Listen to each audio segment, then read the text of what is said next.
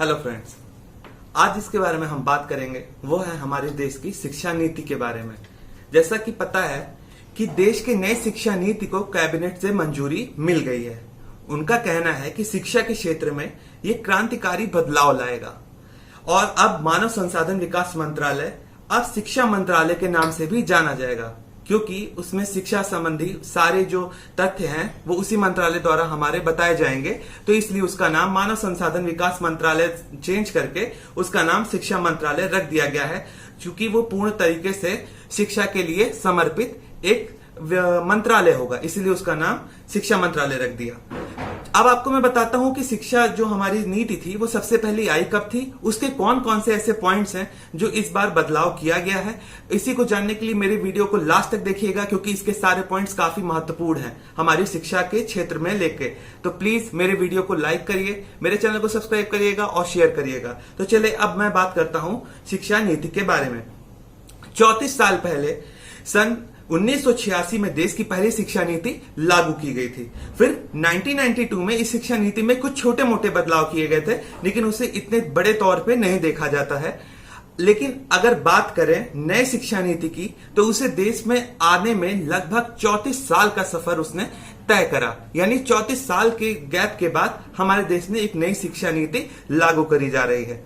इसरो के पूर्व प्रमुख के कस्तूरी रंगन की अध्यक्षता वाली कमेटी के सदस्यों ने मिलकर इस शिक्षा नीति को रूप प्रदान किया है। तो अब मैं आप लोगों को आसान शब्दों में समझाऊंगा कि क्या बदलाव शिक्षा में आपके भविष्य और आपके जीवन में ये बदलाव लेके आएगा।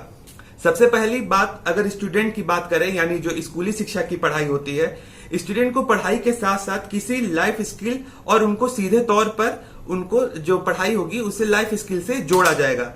यानी जो आपकी तकनीकी शिक्षा होगी, यानी जिसे आप वेब डेवलपमेंट बोल सकते हैं, किसी चिकित्सा के क्षेत्र में है या किसी इलेक्ट्रॉनिक क्षेत्र में है, कोई भी ऐसी छोटी छोटी जो जिसे हम लोग स्किल के तौर पे देखते हैं, उनको शिक्षा में शामिल करा जाएगा। और जो हमारी गवर्नमेंट है वो हमेशा से स्किल डेवलपमेंट के तौर पे उसका रुझान ज्यादा रहा है।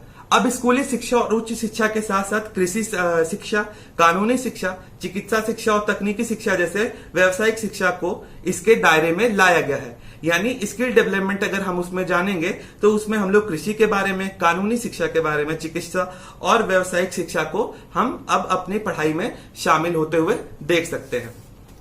यानी अगर आपने स्कूल में जो कुछ ऐसा सीखा है जो स्किल के तौर पे जाना जाता था, तो उसे अब आपके रिपोर्ट कार्ड पे भी जगह दी जाएगी। जैसे आर्ट, म्यूजिक, क्राफ्ट और स्पोर्ट, ये ऐसे सब्जेक्ट होते थे जिनको आप सहायक पाठ्यक्रम या जिसे अगर हम लोग इंग्लिश में उस टर्म को बोले तो एक्स्ट्रा कैरिकुलम कहा जाता था। अब उसको पाठ्यक्रम में मुख्य विषय के तौर पे रखा जाएगा। यानी जैसे हमारे जो सब्जेक्ट होते हैं इंग्लिश, मैथ्स, साइंस, अब ऐसे ही आपके रिपोर्ट कार्ड में म्यूजिक, क्राफ्ट और स्पोर्ट के सारे सब्जेक्ट रखे जाएंगे। वो आपके पाठ्यक्रम में और मुख्य विषय का जो मतलब तौर पे भी उसे जाना जाएगा। इस नई शिक्षा में एक नई चीज जोड़ी गई है, यानी इस नई शिक्षा नीति में एक नई चीज जोड़ी गई है। इसमें मल्टीपल एंट्री और एग्जिट सिस्टम रखा गया है, जो इसका सबसे महत्वपूर्ण तथ्य है। इसका मतलब होता है कि अगर आप बीटेक कर रहे हैं, जैसे एक एग्जाम्पल ले लेता हूं, मैं उसे समझा रहा हूं कि जैसे आपने में से किसी ने बीटेक करा और किसी कारणवश आपकी जो पढ़ाई है वो बीटेक की 1 साल की हुई, उसके बाद आपकी वो पढ़ाई छूट गई, तो पहली शिक्षा नीति के अनुसार आपको वो पढ़ाई जो है वो व्यर्थ हो जाती थी, उसका किसी प्रकार का सर्टिफिकेट या किसी भी प्रकार का लाभ आपको नहीं मिलता था। लेकिन नई शिक्षा नीति के तहत अगर आपने 1 साल का भी बीटेक किया है तो उसके लिए सर्टिफिकेट मिलेगा, और अगर आपने 2 साल कंप्लीट किए हैं तो आपको डिप्लोमा, और अगर आपने 3 और 4 साल की अगर उसमें पढ़ाई पूरी कर ली है तो आपको डिग्री सर्टिफिकेट मिलेगा। सबसे नई चीज जो है इसमें जानने के लिए, जो सबसे इंटरेस्टिंग टर्म है इस शिक्षा नीति का, वो 10+2 का स्ट्रक्चर। 10+2 के स्ट्रक्चर को बदल के अब आया है नया फॉर्मूला 5+3+3+4 का स्ट्रक्चर। अब इसके बारे में हम बड़े आसानी से जानेंगे, गौर से ध्यान दीजिएगा इस पे। जो पहला भाग है 5+3+3+4 का, तो पहला टर्म है 5। तो उसके बारे में मैं एक एक टर्म के बारे में आपको क्लियर करता हूं कि ये 5 है क्या। यानी इसमें पहले 5 साल में प्री प्राइमरी स्कूल के 3 साल, यानी प्री प्राइमरी स्कूल जो 3 साल होंगे वो, फिर क्लास फर्स्ट और क्लास सेकंड को मिलाकर एक फाउंडेशन स्टेज तैयार करा जा रहा है, जिसमें पहले और दूसरी की जो कक्षाएं होंगी, यानी सेकंड और फर्स्ट की, उसमें भाषा और गणित पर काम करने पर जोर दिया जाएगा, यानी लैंग्वेज और मैथ को डेवलपमेंट पे उस पर ज्यादा गौर किया जाएगा।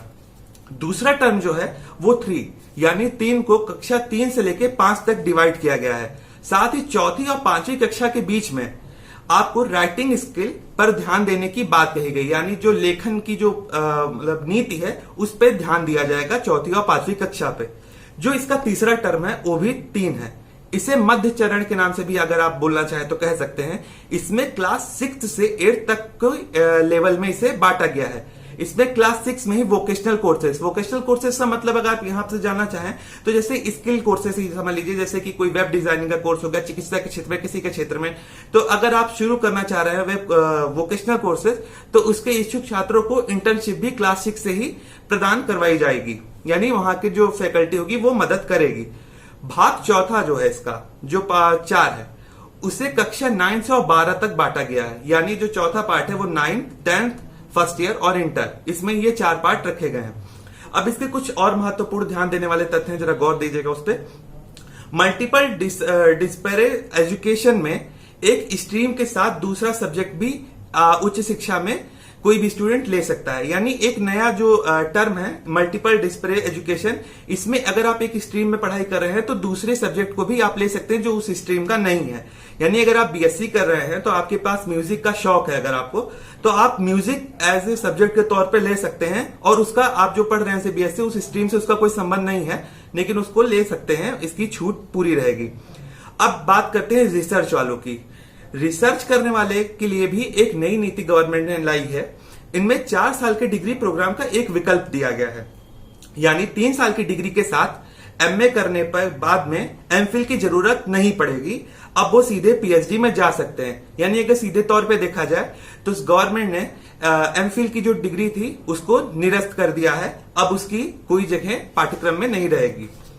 अगर स्टूडेंट एक कोर्स को बीच में छोड़कर दूसरा कोर्स ज्वाइन करना चाहे, जो दूसरा नियम है इसका, कि अगर कोई स्टूडेंट है, जैसे मान लीजिए कोई बीटेक ही कर रहा है और बीटेक करने के साथ में उसका मन उसमें नहीं लग रहा है और वो कुछ दिन के लिए वो क्विट करना चाहता है और वो दूसरे कोर्स के बारे में इंटरेस्टेड है, तो उसके लिए उसको ज्वाइन करना चाहता है तो कुछ समय के लिए वो उसके लिए लीव ले सकता है उस कोर्स के लिए और उसको वो ज्वाइन कर सकता है और पहले कोर्स पे वो कुछ दिन के लिए ब्रेक लगा सकता है। इससे उसका पहला कोर्स भी नहीं जाएगा और जो दूसरा कोर्स करने का उसका मन है वो भी उसका काम हो जाएगा। अब कुछ छोटे से महत्वपूर्ण तथ्य हैं, उस पर गौर कीजिएगा। राष्ट्रीय परीक्षा एजेंसी द्वारा उच्च शिक्षा संस्थानों में एडमिशन के लिए कॉमन एंट्रेंस एग्जाम का ऑफर दिया जाएगा, यानी जो हमारी एजेंसी है वो उच्च शिक्षा संस्थानों में एडमिशन के लिए कॉमन एंट्रेंस एग्जाम का प्रस्ताव उसने रखा है। गवर्नमेंट ने कहा है कि जीडीपी का 6% हिस्सा एक जो है वो शिक्षा के तौर पे खर्च होगा, यानी जो हमारे देश की जीडीपी होगी उसका 6% शिक्षा के ऊपर खर्च होगा। और मैं आपको बता दूं कि जो अब तक जो हमारे जीडीपी का हिस्सा जितना खर्च होता आ रहा है वो 4.43% ही हमारे जीडीपी का हमारी शिक्षा क्षेत्र पे खर्च हुआ था। अब बता दूं कि हमारी गवर्नमेंट ने सन 2030 तक एजुकेशन फॉर ऑल का लक्ष्य निर्धारित किया है, यानी सभी लोग को वो शिक्षा प्रदान करेंगे, सभी लोग को समान शिक्षा मिलेगी। तो ये था हमारी शिक्षा नीति के बारे में, जो नई शिक्षा नीति हमारे देश में लागू होने वाली है। और हमारे जो मैंने आपको एक टाइम पहले ही बता दिया है कि जो हमारा मानव संसाधन मंत्रालय था उसका नाम शिक्षा मंत्रालय कर दिया गया है। तो हमारे जो मानव संसाधन विकास मंत्री होंगे उन्हें अब हम शिक्षा मंत्री के तौर पे जानेंगे। तो ये बहुत इंपॉर्टेंट टर्म है, इसे आप लोग गौर से देखिएगा, पूरा समझिएगा और मेरे चैनल को प्लीज सब्सक्राइब करिए, मेरे वीडियो को लाइक करिए और ज्यादा से ज्यादा शेयर कीजिए, क्योंकि आप लोग का सपोर्ट की मुझे बहुत जरूरत है। तो प्लीज मेरे चैनल को लाइक करिए, सब्सक्राइब करिए, मेरे वीडियो को शेयर करिए, चैनल को सब्सक्राइब करिए और मैं आपसे अगले वीडियो में एक नए टॉपिक के साथ मिलूंगा। तब तक जय हिंद, जय भारत।